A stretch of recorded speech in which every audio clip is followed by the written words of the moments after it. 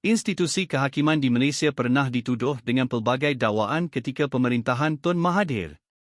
Malah ketika era Mahathir, Ketua Hakim Negara juga pernah dipecat. Tetapi itu pasti tidak akan berlaku di era pemerintahan Anwar Ibrahim, insya-Allah.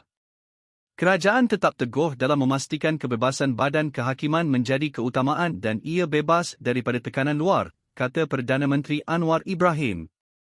Bercakap pada persidangan undang-undang di sini hari ini, Anwar menegaskan bahawa kebebasan kehakiman berlandaskan doktrin pemisahan kuasa, yang termaktub sebagai prinsip dalam struktur asas perlembagaan.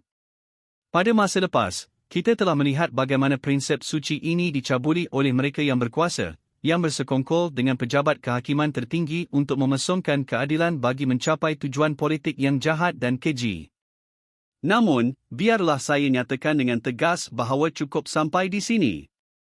Era itu sudah berakhir dan kita tidak akan membenarkan penyalahgunaan dan pencabulan undang-undang seumpama itu berulang lagi. Beliau berkata demikian ketika berucap merasmikan persidangan Law Asia ke-37. Sebulan selepas memegang jawatan Perdana Menteri pada November 2022, Anwar berjanji bahawa kerajaannya tidak akan campur tangan dalam mana-mana urusan badan kehakiman dan menyeru hakim menjalankan tugas mereka secara bebas dan telus. Beliau juga mendakwa pelabur antarabangsa keberatan untuk melabur di Malaysia kerana kurang keyakinan terhadap kebebasan dan ketelusan badan kehakiman serta agensi penguatkuasaan.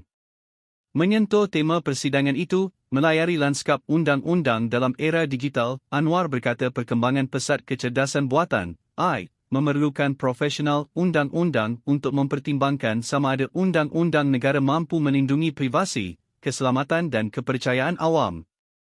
Beliau berkata walaupun undang-undang harus fleksibel dan menggalakkan kreativiti dan inovasi, ia juga mesti cukup teguh untuk melindungi hak individu. Anwar juga berkata negara mesti meningkatkan bakat tempatan untuk memelihara nilai tempatan dan pemahaman undang-undang dalam menghadapi perkembangan pesat teknologi AI dalam industri perundangan. Sistem perundangan yang terlalu tegar atau penghakiman yang dibuat tanpa pertimbangan sewajarnya terhadap dasar awam bukan sahaja akan membantutkan kemajuan tetapi berisiko menghakis kepercayaan awam dan menyebabkan ketidakadilan, tambahnya. Kita mesti meningkatkan bakat tempatan yang boleh memberikan input kepada AI. Jika tidak, isu keadilan atau undang-undang akan semata-mata, tetapi tidak sepenuhnya, berdasarkan nilai barat. Banyak prinsip dalam undang-undang dan keadilan adalah universal tetapi ada beberapa yang mengambil berat tentang nilai Asia dan agama kita, yang mesti diambil kira.